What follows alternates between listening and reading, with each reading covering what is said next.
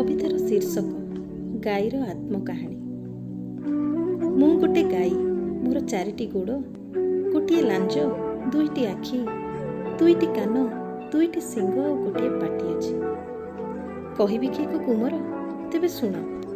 मनटीए भी अच्छी मोर, मन कथा पाटी सिना पारे ना कही, हेले आखि दे लुचि पारे ना मो बुकुचिर कष्टर उपन्यास। मु खाली गोमाता, हाँ माटीए परी सर्वंसहा साजिछि, माँ ठाकुर मूल देइछि, हेले कुंडा तोराणी दिया पुरीला पन्नाकु मु लोभिला चाहाणी करिछि मते घर्माक्त।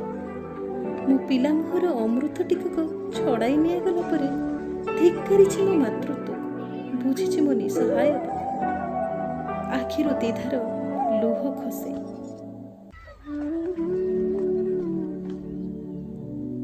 माँ मुझे भी होइछि वृद्धा, गणित कसिनी देवा नेबार, खोजिछि टिके स्नेह आदर, कोशाळार खंडिए गुण आउ ढोकटिए बळका जीवन।